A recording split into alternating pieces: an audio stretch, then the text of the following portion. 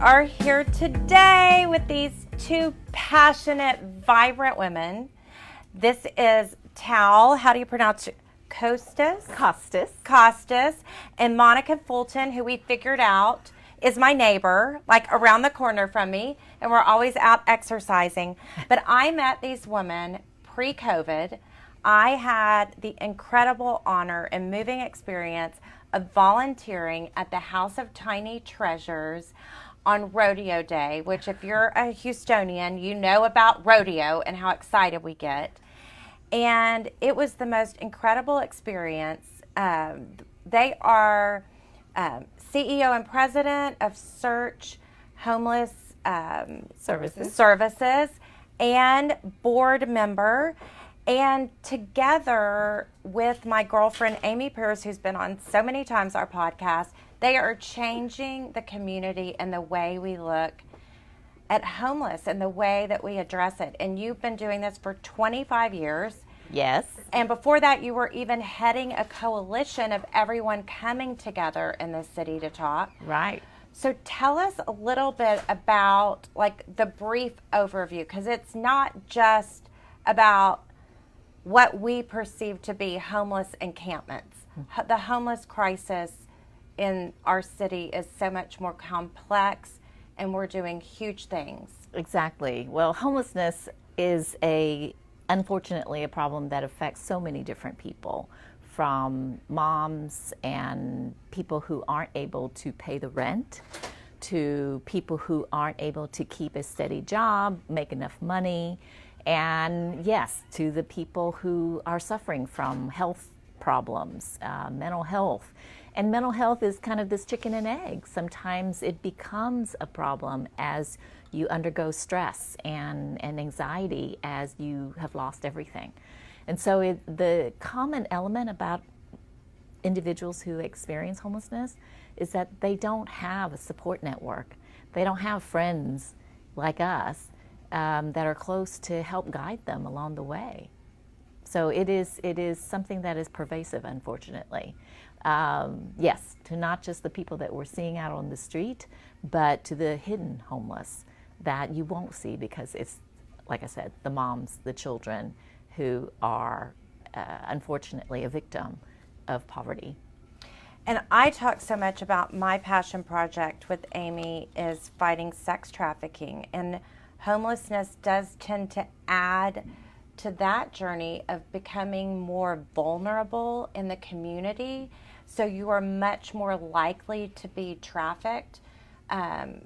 There's so many kids in the foster care system that end up homeless.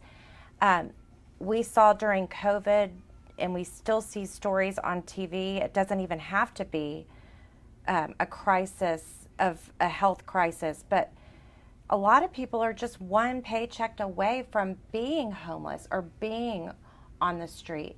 And Monica, you came on board from your husband's passion, and now this took your heart, and there's so many things you do for the community. What about this just really struck a chord with you?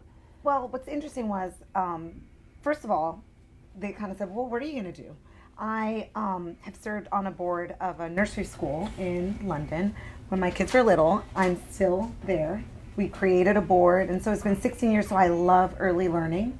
Yes. I love small children. I feel that the foundation that they get in these years,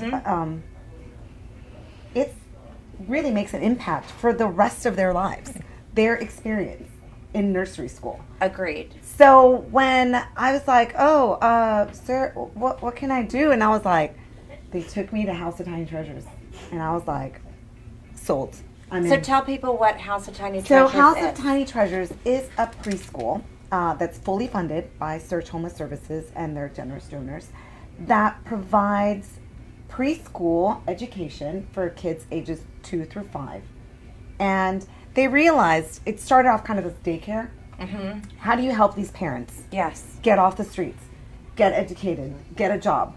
What do they do with their kids?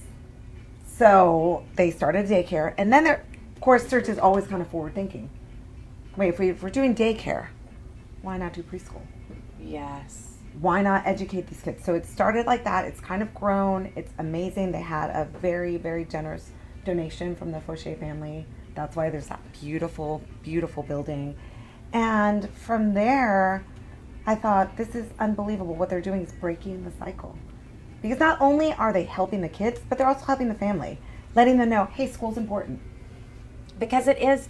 I am actually oddly connected with early childhood development. When we were in Colorado, we spent a lot of time there, and we came together with, they have a program called the Magic Bus, and it goes into trailer parks where people who a lot of times are illegal immigrants and concerned about going to schools and afraid what repercussions could happen to the parents, and these kids could learn on a bus, because they also saw that when they came to kindergarten, they didn't know how to stand in line.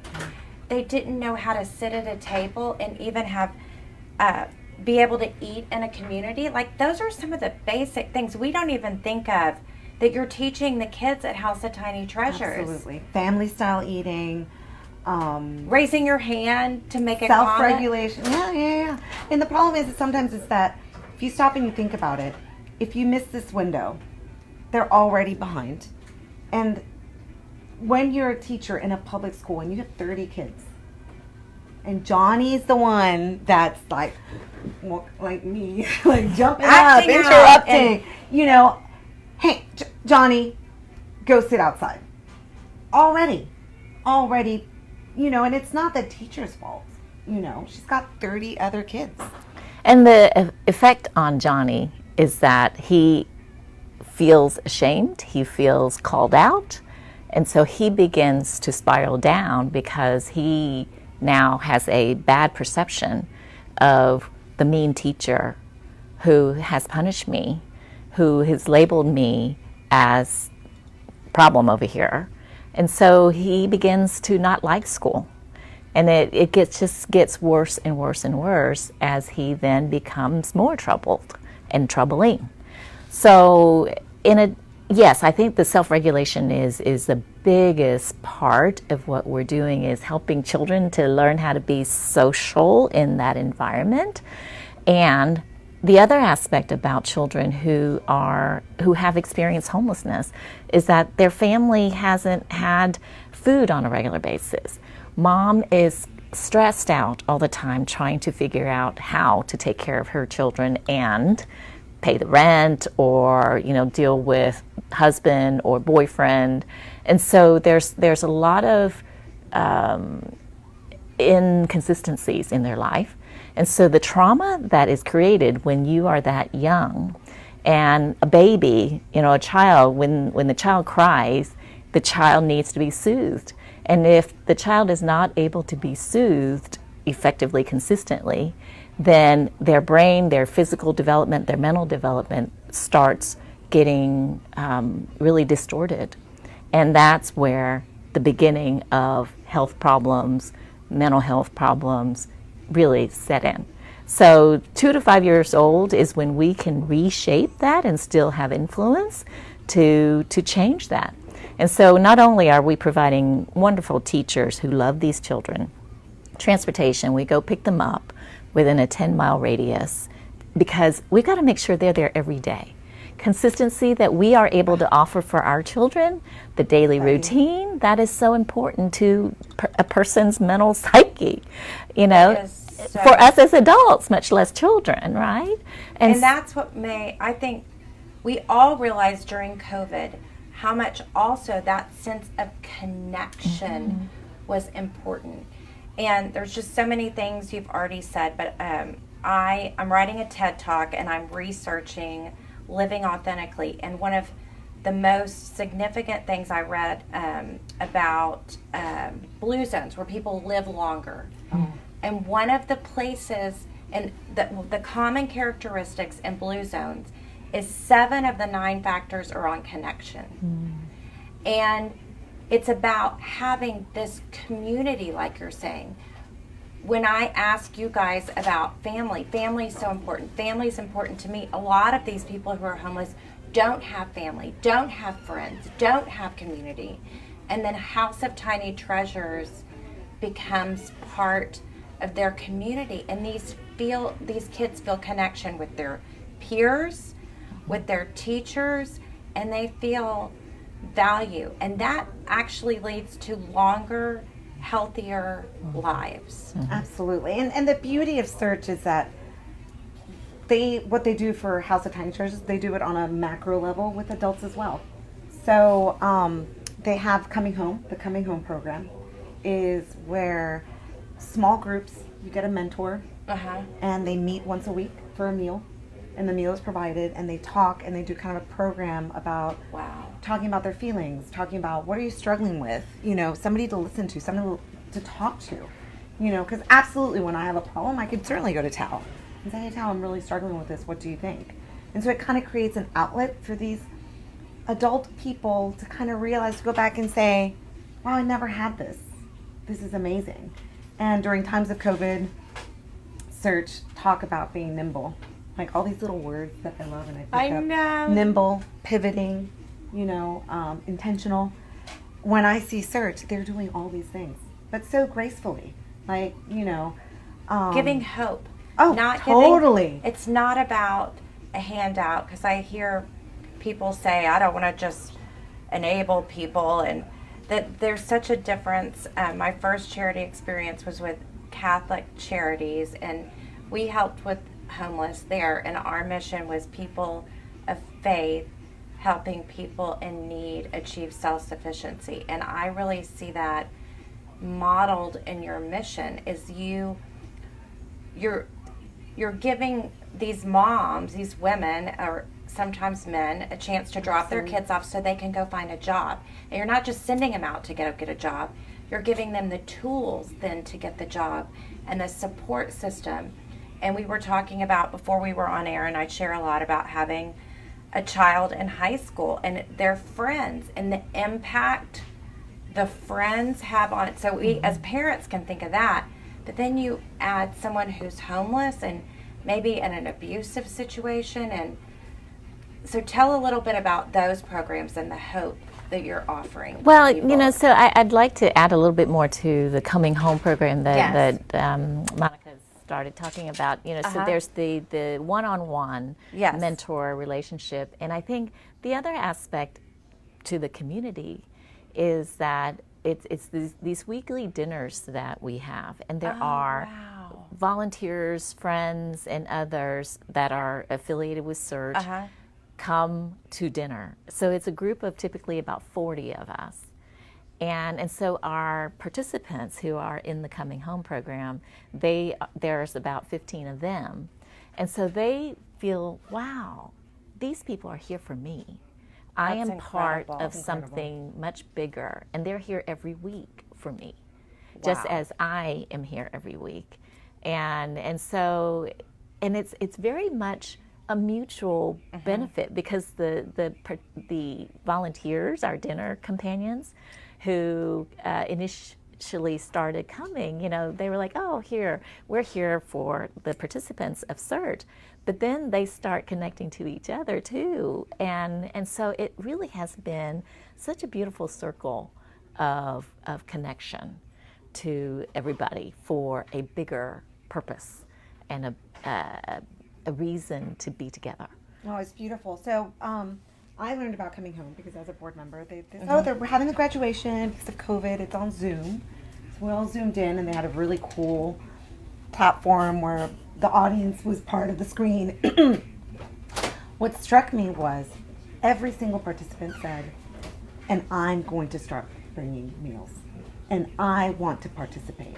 So the people graduating, their first instinct was, I want to give back to this group that gave me so much. It was beautiful, So I'm not a good cook, and I'll bring food. I know. I don't want to poison anyone. That would be me. Yeah, Bella says, Mom, you burn water boiling. I know. It is a thing. You can burn water. It's a thing. It's such a thing.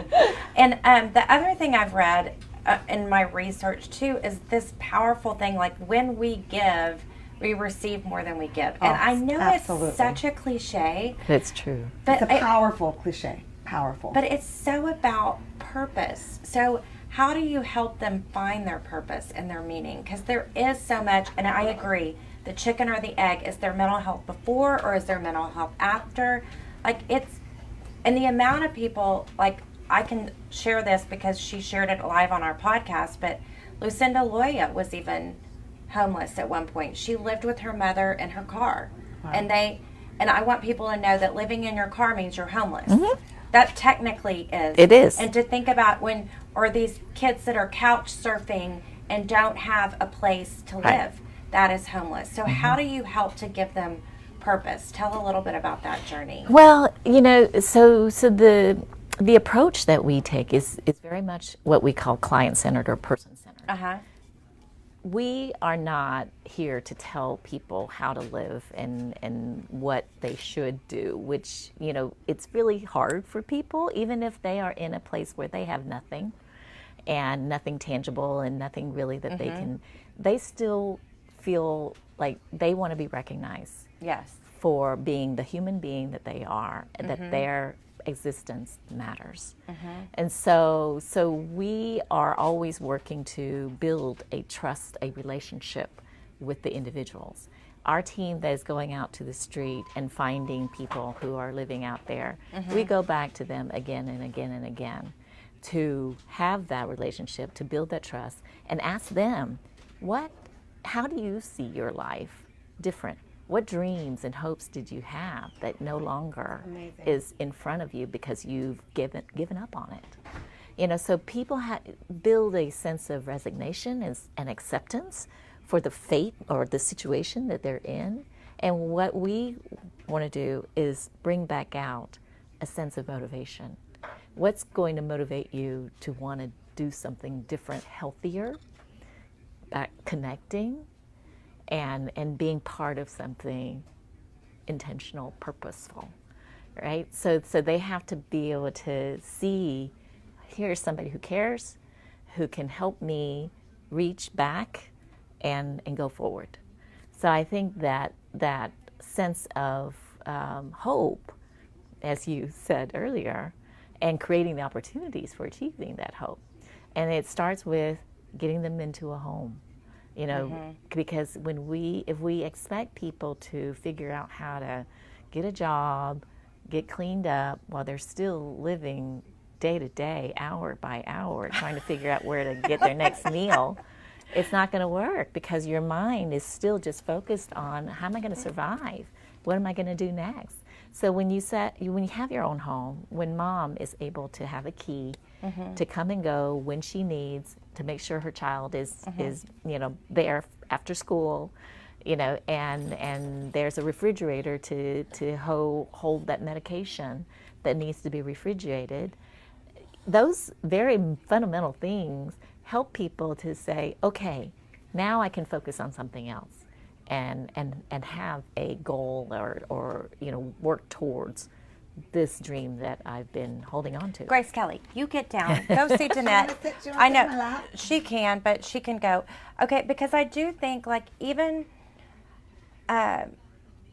sometimes as people who have a place to live, we get so caught up in it just seems like the world is so stressful right now. Right. Like even as a mom who has the basic need covers, some days I'm like, how can I get through all these challenges? And then you think I can make my bills, I have a place to live, and there's some days that I just sit and cry because you just can't figure it out. And so there are so many just fundamental needs that have to be met so you can even project what would be next to even figure that out. And you're giving people a pathway out. It's not, so kind of tell us about the process. How do they come into this? How do you connect with them? Right. So it starts with our team that's going out to the street. Some people come to us at our building, which is near Minute Maid, so we are right there located around downtown so that we're easily accessible. Or a partner agency will work with us. So the first thing that we do, and we work together with almost 100 different agencies in this coordinated system. So that's the beauty of what Houston has been able to do with the homeless challenge. I've been Because we're exceptional in Houston. Give us some statistics. Right. So Houston has reduced homelessness since 2011 by more than 50%. That's the number 50%. That's right. Chilling. Incredible. We went from almost 8,500 people who were living in shelters or on the street on any given day to now under 4,000 who are in shelters or out on the street. Houston has become a model for the country. And how we've done that is because we were able to develop a really truly collaborative. So we know, okay, here are the shelters, and we know that's their main activity. Surge provides case management, and there's a few agencies that work like us to connect to the people and follow them and stay with them during their journey. Because that's important, right? Exactly. That's important for rehab, right? Because I've heard even like women coming out, I work with the women's home, when they come out of living there and go into their own apartment, then sometimes they feel like, I've lost my people, I've lost what was comfortable. It's such a journey. It's what they know. So for me, what's interesting, what Search has really done so well is what we call wraparound care. Oh, yes. Wraparound care. But I'll tell you a story, because I was struggling. My husband had died, and my friends were kind of like, I had the wagons had circled around, for sure.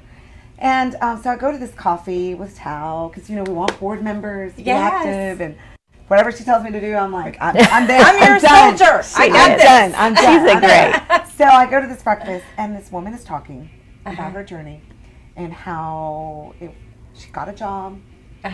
She was a traffic signaling person. She got the training. She was working. And she says there was a moment where she really felt, can I do this? Do I know what to do? Because what I know is getting in trouble, stealing, going to jail. That was my pattern. And there was a comfort in knowing. And she said it's hard not knowing. And I get teary thinking about it, because I thought, you're like, we all feel that way. We all feel that way. Even the most put together person at some point in time turns around and says, what am I going to do tomorrow? How am I going to deal with this? And I told Thao, I said, the same thing you said. And this is me. I can pay my bills. My husband was an excellent provider that left us very well equipped to face life without him, which was the last thing he wanted. And I thought, oh my God, these people. So for Search to be able to do that wraparound care, to say, you're okay. So you go to Northline. And I went to Northline before Search. I went with Northline with Gina. I don't know. It was an old Howard Johnson motel that was converted into homes. Can you imagine living in? It was terrible. Heartbreaking. But the people there. So I went with Gina through her daughter and Kelly Cohen's my daughter. They go to luncheons and they plan this luncheon, and there were all these flowers, and the daughter said, "What happens to the flowers?" Yeah. And they're like, I don't know. So they started this salvaging flower organization where they pick up the flowers. And so I volunteered, because I'm like, I'm in, and it's only an hour. It was so great. And we would take the flowers to Northline. And the people there. Oh, my God. So there were 120 people living in this dilapidated. Reggie came out with his backpack. He had toilet paper stuck in it. It was almost falling out. I wanted to zip it up so it wouldn't fall out. And he's helping take all these flowers, and they brought so much joy. And I remember I kind of walked around, and he's now at Tenemos. What's his name? Is it John with the beard? He works for Search. Oh, Don Hall. Yeah. He's there. He had a workout club, yoga classes. There was a book club, Bible club. It's like, if Bible's not your thing, you do a book club. Yeah. And it's all these things. So when they do reach their, the goal is to have this apartment, and then there's these four walls staring at you. It's isolating. Yeah. When they've been outside, yes, they are struggling, but they also have built a community out there and a routine, like Monica was describing. It's like the predictability. Human beings, we need predictability.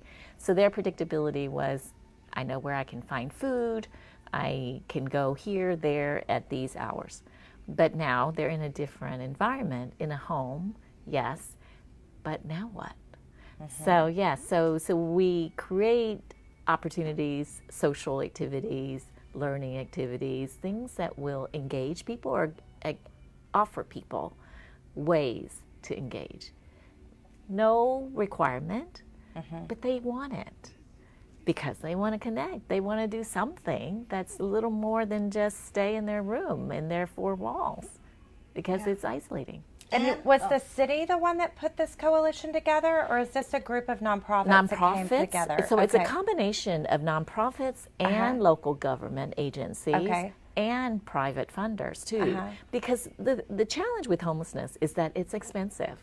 Yes. To place people in homes, subsidize the cost of their homes, but it's a lot less expensive than to leave them out there. Oh, absolutely. And let's talk about, so immigration is such a big, a hot topic. We have so many people coming in through Mexico. We also will be having people from Afghanistan. Do you work with refugee services? Like, how does all that tie into what we're doing as a community to sort of accept these people? Are they just put into a city, or are they placed in homes? So people, how does this work? Yeah, so people who are refugees in these situations, there are programs, Interfaith Ministries, the YMCA, the international kind of response. And so Catholic Charities, I think, even does that.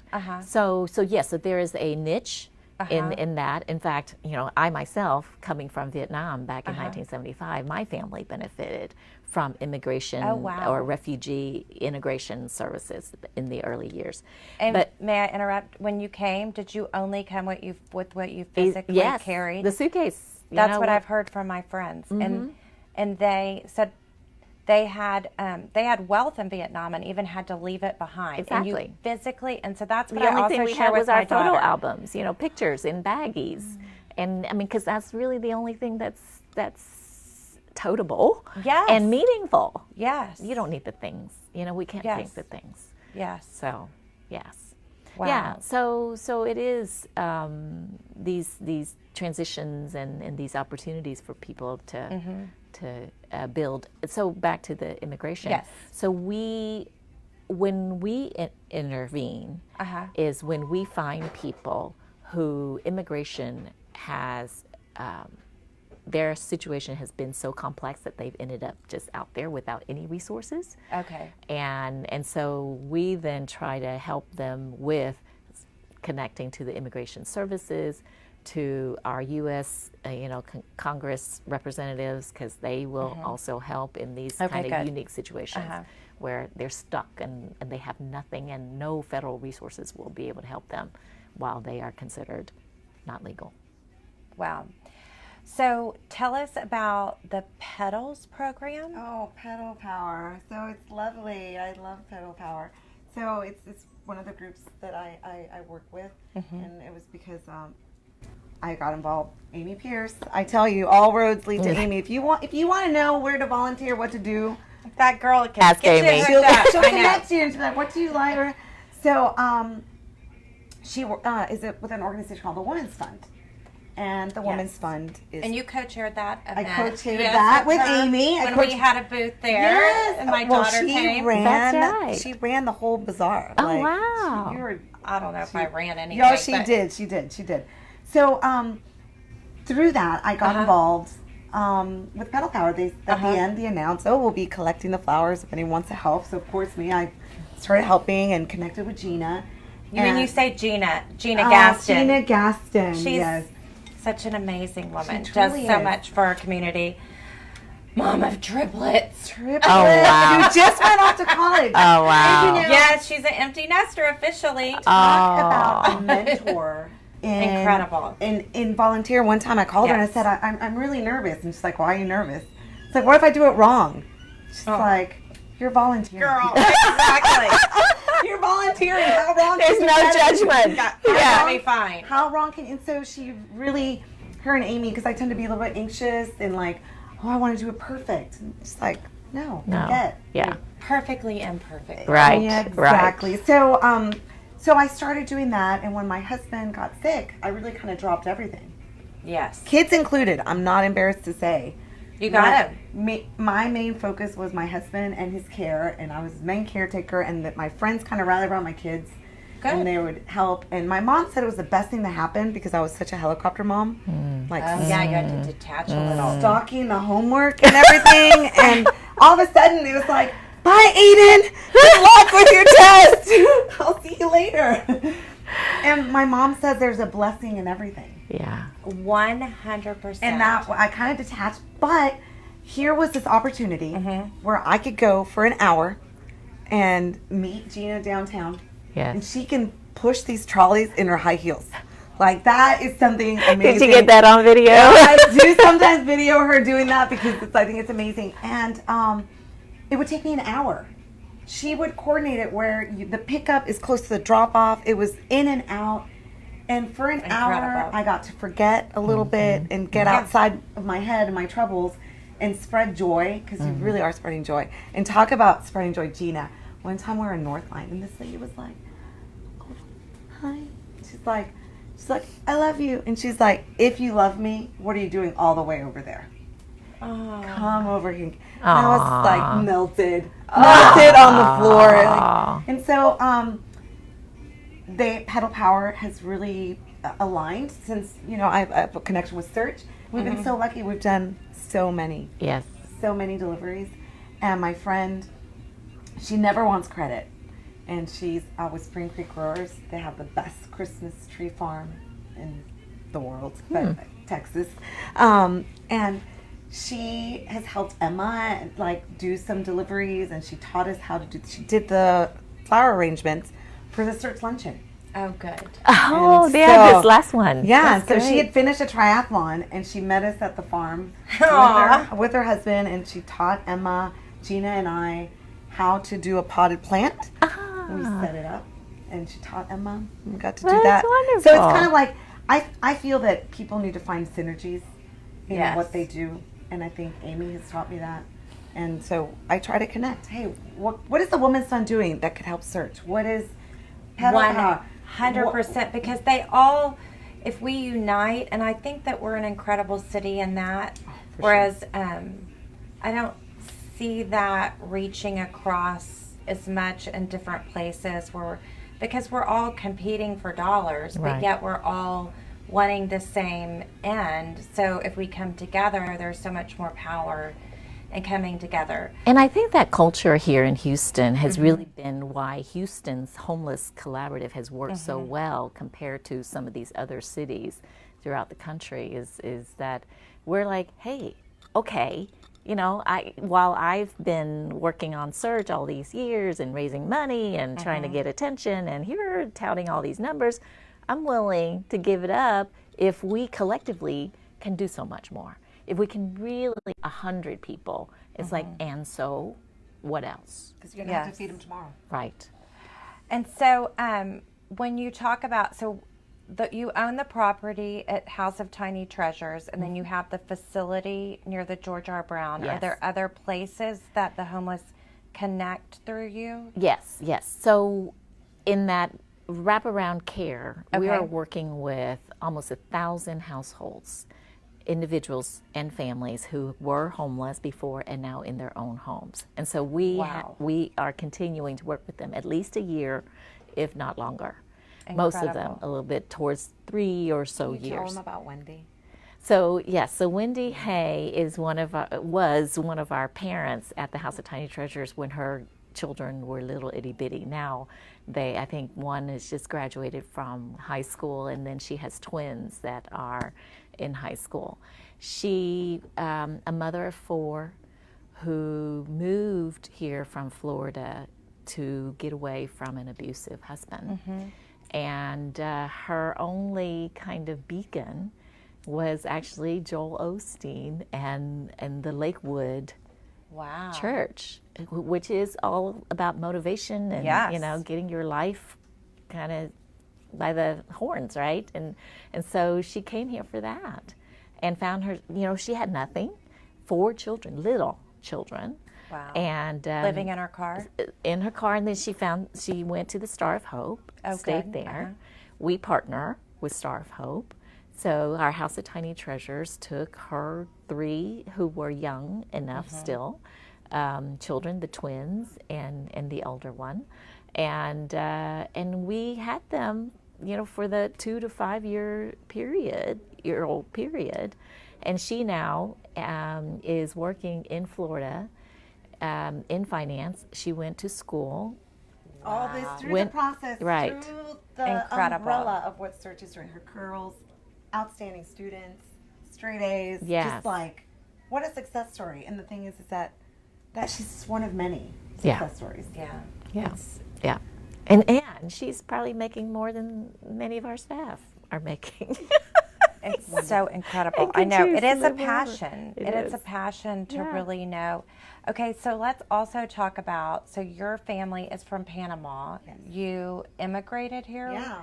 So I say it's a funny story, and my mom's like, it's not that funny. My parents met in medical school, and my mom helped my dad study. My dad is a genius, very smart, but my mom is also, my mom is focused, and they were a team. They studied together. My mom said that my dad couldn't sit down, but my mom could. But then once they started studying, my mom would want to stop, and they would want to stop. So they were like a good team. He decided that he was going to do oncology, and that MD Anderson was where he wanted to do his residency. Wow. And my mom's like, well, if you're going to MD Anderson, I'm going to go to Baylor. And she practiced. She had no English. She practiced for the interview with her sister's husband, boyfriend at the time. Spoke English and was American. So they practiced for hours, and she did the interview at Baylor. And Dr. Wolf, who is an eminence, was her mentor. He asked her, wow, Dr. Wolf, what if I don't accept you? And my mom's like, no, that's not part of that's the not plan. an option. That does not fit into what I have planned. So they moved to Houston when I was 2. Wow. So I went to a Montessori, and I loved it. I learned English. My mom says that I would speak Spanish, but make it sound like English, and people were like, what is she saying? But I was a talker from the literally. You are. I'm surprised. I was a talker. But then my dad said, let's move back to Panama. How old were you then? I was 6. And my mom was like, no, I'm happy here. I speak English. No, I want to stay.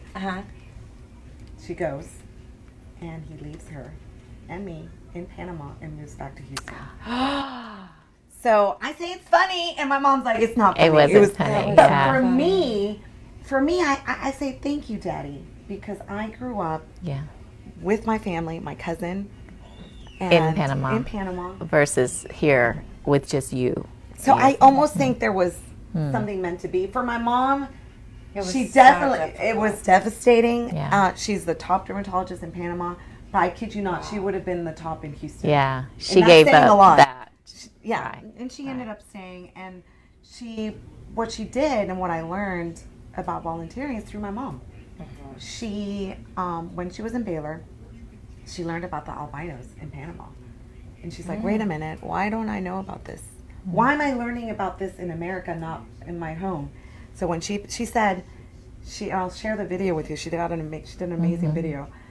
She said, I'm going to go back and I'm going to do something. So when she went back to Panama, she was working at Gorgas, the U.S. Army hospital, and she formed a small team to do outreach because albinos have the highest incidence of skin cancer. And can you imagine living in the tropics? Wow. And being an albino. They call them the moon children because they would go out at night to play. Oh. And she has spent 30 years, advocating, bringing them clothes, teaching them. Wow. That's beautiful. And what a passion project, my girl. God. That you learned by example. No kidding. By example. And she always had a couple of patients that had very difficult diseases, and she would take care of them. That's wonderful. Okay, Wow. so I have a list of things that we go over for our whenever I interview people, and you were the first person that ever answered every question because I'm like, oh, it's an overview. You were like overachiever, but I just And I love that about you. Whereas I'm like flying by the seat of my pants. Okay, what are we talking about next? I can handle this. But there was something that really, absolutely, when you talked about authenticity, and I'm going to cry when I read this. And I say, how do I know it's real? And you said, if it hurts, it's real.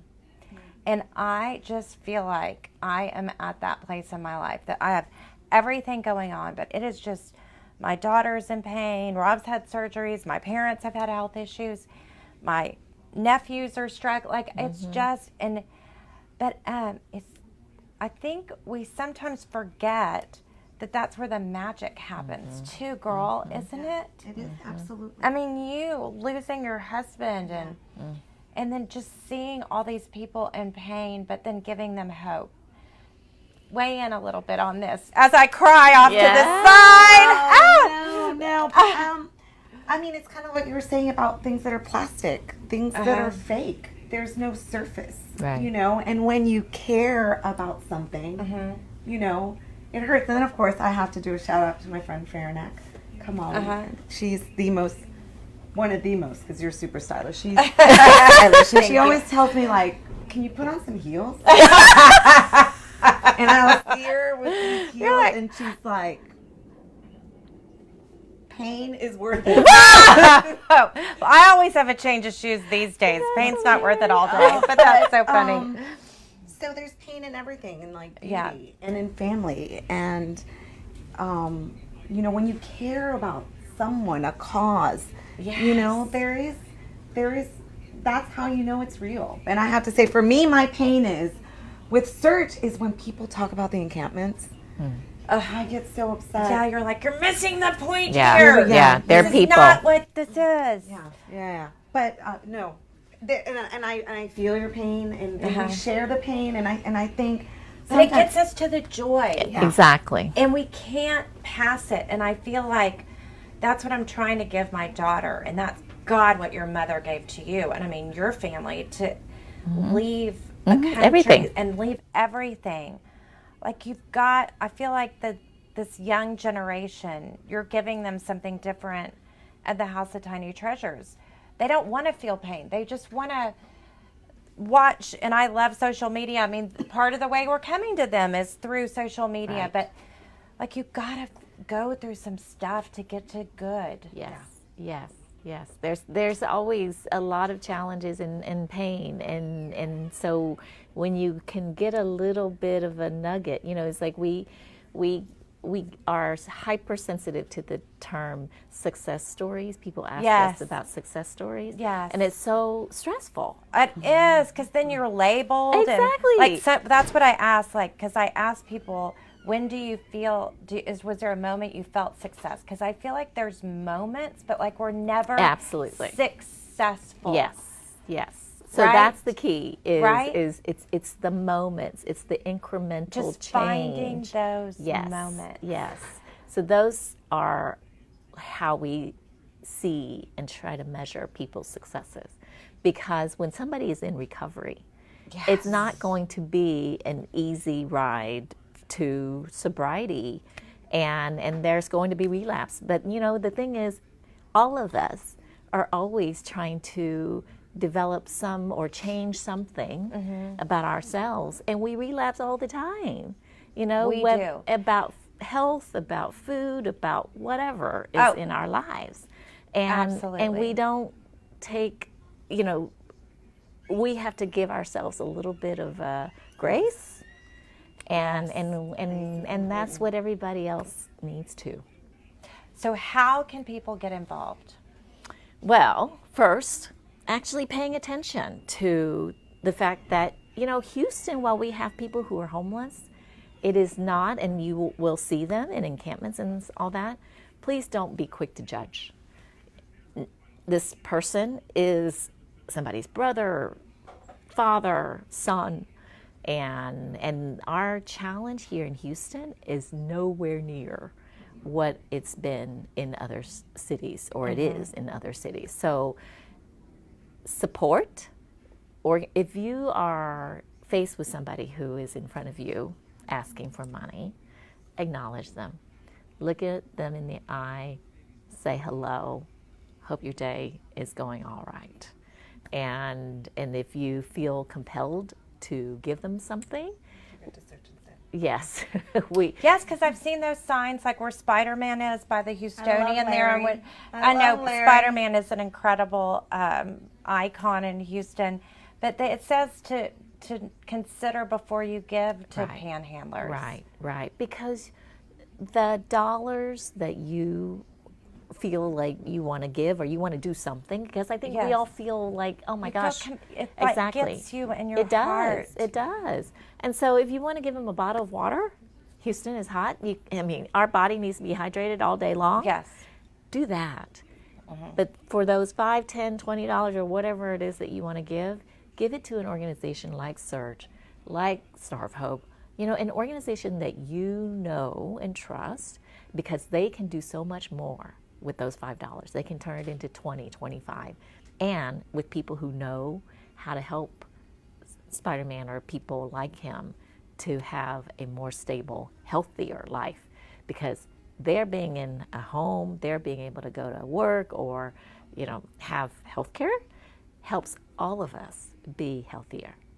And what I also love about connecting with you guys is there have been ways that you have opportunities that come up, and you'll even send out an opportunity to go to Amazon or whatever and buy. So then you can know specifically what you're giving. It goes directly to that. Directly. So how would they go to your website? Yes, our website and sign up. Searchhomeless.org. Okay. Sign up so that you can get a newsletter periodically. We don't oversaturate. You're very respectful, We and you try don't sell it, and you don't give it to other people, and you're just very respectful. Right. Go on that Facebook. Commitment. Right. Search homeless in Houston, or LinkedIn. Yes, any of those. Instagram, we're on there too.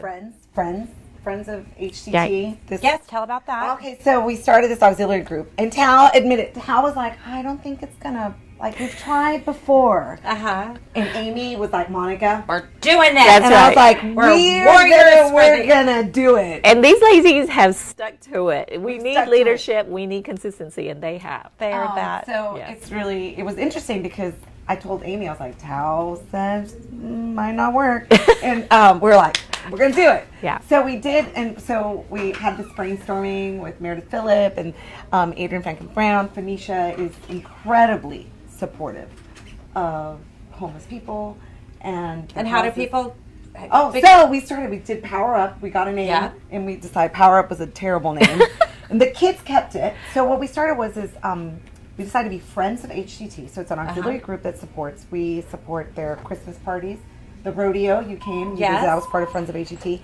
And what Amy said, we need to get our kids involved. Our kids need an outlet. We want to capitalize on these young kids. Perspective. Yes. When our kids are depressed and sad, not that emotion doesn't count, but that they feel that there could be value in them having perspective for the world. Perspective is very important. That's a beautiful thing. Absolutely. So we started the kids group, and St. Francis has a group.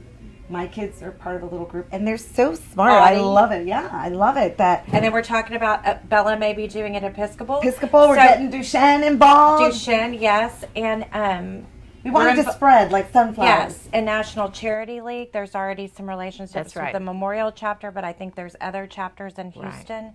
So there's ways that you could connect and bring in your different organizations to work. Yes. And stay tuned too, because one of the newer programs we'll be starting for our parents and students is to have a day or a short day of learning about what is homelessness and an activity so that you can have some hands-on volunteering work. And yes, because I think we all wonder, it's like, what do I tell my kids about this problem? Why am I not giving money to this gentleman who is asking for help, right?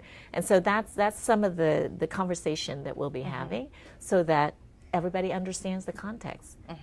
Why is this person here and how we can be more meaningfully helpful. Yes. And one of the things I also want to attach to as a parting word is I've done a lot of research on discernment versus judgment. Right. And I think this comes really significantly. Judgment comes from a superior place of looking down at someone, whereas discernment is identifying what's different. And I think we can do that in a loving way that doesn't condemn further what people are already experiencing. And if we all did that with politics and religion and different viewpoints, it would be a much happier, joyful world to live in. I love that. Yeah, I'm going to have to use that. You, amazing. Oh, yeah, Grace Kelly. Just in That's time, to snore. just in Apparently, we time. put her to sleep. So, guys, thanks so much for tuning in. Please share this. Let your friends know. There's so many ways that even you can make a difference. If you prefer to get involved in the trenches, there's ways to do it here. Or if you just want to write a check or purchase something to literally go to the kids directly, there's so many ways to do it. But we're coming to a close and hope you guys all have a great week living the authentic life. Thanks, ladies. Thank you. You are fantastic.